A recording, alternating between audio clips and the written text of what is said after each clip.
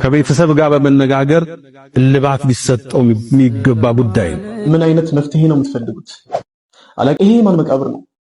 የሙፍቲ መቃብር እኮ አይደለም። ከልጆቻቸው ጋር ከመጅልስ ጋር ተመካክረን እናወጣቸዋለን አሉ። በሙሉ በጣም ይቅርታ ለማለት ፈልጋለሁ። ዑመር ኮምበልሻ የሚባለውን ሰውዬ እዚች ሀገር ላይ አህባሽን ልታነግስ እያደረክ ያለውን ህገወጥ ነገር ባታቆም የሚጠብቅ እስር ቤት ነው ብለውት ነበር። ያም ቢተገበር እንፈልጋለን። አጭር ነገር ነው የምንነጋገረው። አሁን እየተነጋገርን ያለነው የፈሪዱላ አፈሩ ላይ መጥቶ ስለቀብራቸው ነው። ውሸት ነው ሁሉ እስካሁን የተነገረው። መጀመሪያ ተራሁም አይደረግላቸው ሙስሊም አይደለም ያሉ እና ዋናውን ተነካነካ ማድረግ ምንድን ነው? ነገሩ እንደሞቱት እኮ ሁሉ ሰው ሞታል። ቀብሩማ ምናልባት ፖሊስ ያሉት አውጥተው ሊያቃጥሏቸው አስበው ሊሆን ይችላል። አውጥተው ሊቆራርጧቸው አስበው ሊሆን ይችላል። አሁንም ከቤተሰቦቻቸው ጋር ከልጆቻቸው ጋር ከመጅልስ ጋር ተመካክረን እናወጣቸዋለን አሉ። ሙፍቲ ሲወጡ ቆሞ የሚያይ ንፍጣም ልጅ የላቸውም። ንፍጣም ሙሪድን ሙሪድ ዳረሳም የላቸውም። ሙፍቲ አላቸው እንዴ? እንኳን አወጣለሁ ዙሪያውን ይምጣ። ስለዚህ ሙፍቲ አፈነዳዋለሁ ካሉት አንዱ ሲሞቱ ፈነዳ። ምን አይነት ሸእን ያለው ሰው ነው? ምን አይነት ትልቅ ሰው ነው ሙፍቲ ብሎ ማለት? ሀያተው አይደለም ሞቶ ለሙስሊም ትልቅ ስራ ሰርቶ ሄዷል። ምን አይነት አውሬዎች እንደሆኑ ምን አይነት ለሙስሊም ምን ያህል ጥላቻ ያላቸው በሙስሊም ሞት ወጣ በተለይ የኡስታዝ ያሲን ኑሩ ኹጥባ በጣም አስፈላጊና ጊዜውን የጠበቀ ወሳኝ የሆነ ኹጥባ ነበረ።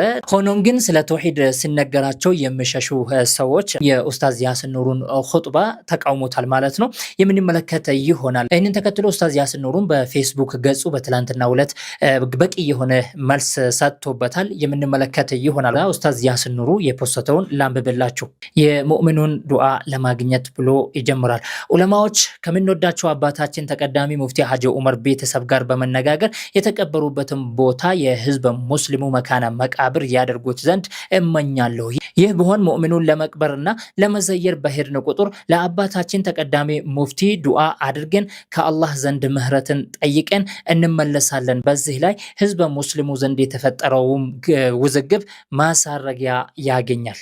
ምንም እንኳን አንዳንዶች አውቆ ባልተፈለገ መልኩ ቢረዱትም በትናንቱ ኹጥባዬ በወፍ በረር ለማንሳት የፈለኩት ሐሳብ ይህ ነበር። ንግግሬ ካስተላለፈው አውድ ውጪ መተርጎሙና ጀናዛቸው ተቆፍሮ ይውጣ እንዳልኩ ተደርጎ መቅረቡ በምንም መልኩ ተገቢ አልነበረም። በኹጥባዬ ያስተላለፍኩትን መልእክት ሙሉውን ላዳመጠ ይህንን አይነት ድፍረት ሊናገር እንደማልችል ግልጽ ነበር። ሰዎች ያላሰቡትን ነገር በክፉ ጥርጣሬ አጅቦ ማቅረብ ኸይር የለውም። ግድ የለም አላህን ልንፈራ ይገባል። አጀንዳውን በማራገብ ፊት አውራሪ የነበረው ግለሰብ ወለዚ ተወላ ክብረሁ ብሎም የቁርአን አያ ማስቀመጦበታል። ካሁን በፊት ተንታጅ ባር መውሊድ ላይ የነበሩ ሙሂቦችን ምግባቸውን መረዙባቸው ብሎ ህዝባዊ ግጭት ለማስነሳት የታተረ መሆኑ ሲታወስ አሁን ዳግም በህዝብ መሃል ብጥብጥ ብጠምቅም ምኑ ይገርማል ብሎ ቀጥሎበትም ዱዓም አድርጓል ማለት ነው። ዑመር ኮምበልሻ የሚባለውን ሰውዬ እዚች ሀገር ላይ አህባሽን ልታነግስ እያደረክ ያለውን ህገወጥ ነገር ባታቆም የሚጠብቅ እስር ቤት ነው ብለውት ነበር። ያም ቢተገበር እንፈልጋለን። እኔም ማዝነው ሱፊያ ሰለፊያ የተባለ ታፔላ የተሰጠ በማያውቁት ማንነት ትናንት በዛ በአምባገነን መንግስት የታገልናቸው እነዛ አውሬ የሙስሊም ማህበረሰብ በማክፈርና ደሙን ለማፍሰስ ወደ ኋላ የማይመለሱ አህባሾች ዛሬ አደባባይ ወጥቶ ሊፎክሩ የሚችሉበት ወላሂ ምንም አቅም የላቸው። ይሄ አካል አንድ ነገር ሊያውቁት ይገባል። ህግና ስርዓትን እየጠበቅን ነው። ካሁን በፊት ጠቅላይ ሚኒስትሩ በግልጽ ተናግረዋል።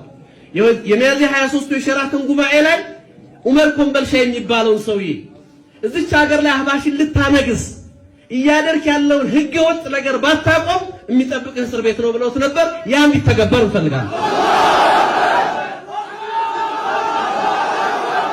እንደዚህ አይነት ድንበር ያለፉ ጋጠ ወጦች ህግና ስርዓት ሊከበር ይገባል። አንታገስም። ዛሬም ተቋም እንዲኖር ሰላምንና ህግና ስርዓትን በማክበር ነው ይሄ አካል አንገቱን ደፍቶ የሚሄደው እንጂ ታንክ ፊት የቆመ ትውልድ ነው እዚህ። ይሄንን ወቁት። ዛሬም ሰላማዊነታችን ይቀጥላል። ውጤቱንም ደግሞ እናሳካለን በአላህ ፍቃድ። እስልምና አራጅ አይደለም፣ እስልምና ገዳይ አይደለም። ይልቁኑ እስልምናን አራጅና ገዳይ ብለን እንድናስብ የሚያደርጉ አካላት አሉ። ዛሬ ስለነሱ ልንገራችሁ ብዬ የሰራሁትን ቪዲዮ በተቃራኒው ለክፋት እንዲያመቻቸው ከቪዲዮ ላይ ቆርጠውት ብዙዎች ቪዲዮ እየሰሩ እንደሆነ ብዙዎቻችሁ አይታችኋል። ይህንን ቪዲዮ ደግሞ የምሰራው በዛ ቪዲዮ የተሰማችሁ እውነት መስሏችሁ እኔ ሳልል ግን ብዬ መስሏችሁ የተሰማችሁ የእስልምና እምነት ተከታዮች እውነቱንና ሐቁን እንድታቁ ስለፈለኩ ነው።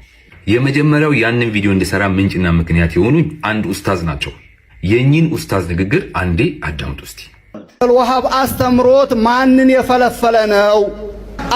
አይኤስን የፈለፈለ ነው። ሐቂቃ እንነጋገር ካልን አይኤስ በማን ነው የሚመራው? እነ ፈቱል መጂድን እነ ኢርሻድ የሚባሉ አሉ። እዚህ ይዘናቸዋል። ምላስ የሚያሉ ኪታቦች በእነሱ ነው የሚመራው። ቦኮ ሐራምን የፈለፈለው ማን ነው? የሙሐመድ ኢብኑ አብዱል ወሃብ አስተምሮት ነው። አልሸባብን የፈለፈለው ማን ነው? የሙሐመድ ኢብኑ አብዱል ወሃብ አስተምሮት ነው። መጅሊሳችን መጅሊሱ ላይ አይኤስ ይግባ አይግባ ነው ጥረቱ፣ ሌላ ነገር ነው። እንደ መንግስትም እንደ ህዝብም ለቦኮ ሐራም ይፈቅዳል አይፈቅድም ነው ነገሩ። ስለዚህ ኢንሻአላህ ሀገራችንን ከጽንፈኛ ከቦኮ ሐራም ተና አይኤስ እንጠብቅላለሁ። ወሰላሙ አለይኩም ወራህመቱላሂ ተዓላ ወበረካቱ። እንግዲህ እንደሰማችሁት ነው። የኔ ትልቁ ምንጭ ይሄ ቪዲዮ ነው። ያ ነው የቪዲዮ ዓላማ። ነገር ግን ክፎች እኔን አራጅ ብሏል ወይም ገዳይ ብሏል እስልምናም ብለው ለዛ ደግሞ እንዲያመቻቸው ቆርጠው በሰሯቸው ቪዲዮዎች የተሰማችሁ የእስልምና እምነት ተከታይ የሆናችሁ ወገኖቼ በሙሉ በጣም ይቅርታ ለማለት ፈልጋለሁ። ያን በተመለከተ ያው እኔ አንድ ጽሁፍ አጋርቼ ነበር ትናንት ማታ እያመመኝ አክቹዋሊ የተጨማሪ ሀሳቦችን ማስፈር አልቻልኩም አሞኝ ስለነበረ። ግን ዋናው ምንድነው በሁሉም መዝሀቦች የኢትዮጵያ ዓሊሞች ማህበር ይመራባቸዋል ተብለው የተቀመጡ 4 መዝሀቦች አሉ። ከዛ ደግሞ በእኛ ሀገር የተስፋፉ 2 መዝሀቦች አሉ፣ ሻፊዒያና ሐነፊያ መዝሀብ። በሁለቱም መዝሀቦች ከህዝብ መካነ መቃብር ባሻገር በግል ደረጃ በንጹህ በሆነ መሬት ውስጥ መቀበር ችግር እንደሌለው ያው 2 የመዝሀብ ዑለሞችን ወይም ደግሞ ቴክስቶች ተጠቅሰው ተገልጿል። አንደኛ የኢማም ነወዊ ኪታብና ሁለተኛ ኑረል ኢዳህ የኛ የሐነፊ መዝሀብ ኑረል ኢዳህ ኪታብ ሸርሑ መራቂል ፈላህ እንደዚህ የተገለጸበት ሁኔታ አለ። ይህንን በተመለከተ የነብዩ ሰለላሁ ዐለይሂ ወሰለም የተቀበሩበትን ሁኔታ መሰረት አድርገው ነው ኢማም ነወዊ ይሄ ነገር የሚፈቀድ ነው ያሉት። አህናፎቹ ደግሞ የራሳቸው የሚሉት ነገር ይኖራል። ከዛ የሁለቱ እንትኖች የሰይድ አቡበከርና የሰይድ ዑመር የተቀበሩበት ሁኔታ ይሄን ነገር ያጸናዋል። ሌላው ሷሃቦቹ እነዚህ ሁሉ የቀብር ስነ ስርዓቶች ሲፈጸሙ በይሁንታ ማሳለፋቸው ይሄ ነገር ከሸሪዓዊነትም በላይ መሆኑን ያሳያል። ከዛ በኋላ ያሉ ትልልቅ ዑለሞች በሐዲሱም በፍቅሁም የሚታወቁ እንደ ኢማም ነወዊ ያሉ፣ በተሰውፉ በተርቢያው የሚታወቁ እነ አብዱልቃድር ጀይላኒ ያሉ ሌሎችም ኢማሞች ዑለሞች በአጠቃላይ በታሪክ ውስጥ በሚያስተምሩበት ዛውያ ነው የተቀበሩት። ይሄ በመቶዎች የሚቆጠሩ ዑለሞችን መጥቀስ ይቻላልና ህጋዊነቱ ሸሪዓዊነቱ የታወቀ ነው። ከዚህ ውጭ የሚሰጡ አስተያየቶች ሸሪዓውን ካለማወቅ ከጀህል ወይንም ደግሞ ሌላ መክፍኤ ሌላ ዓላማ በማዘል የሚሰጡ አስተያየቶች ናቸው እንጂ ሸሪዓውን ከመቆርቆር የሚሰጡ አይደለም። ይህንን ነው ይሄ ቁርአን የሚያስተምረው። እውነት ይሄ ቁርአን ከአላህ በታች ማንንም መጣራት ይቻላል፣ ለተበሩክም ይቻላል ይላል ይሄ ቁርአን። ቀርታችኋል ታውቃላችሁ አይደል? ይላል ወይ?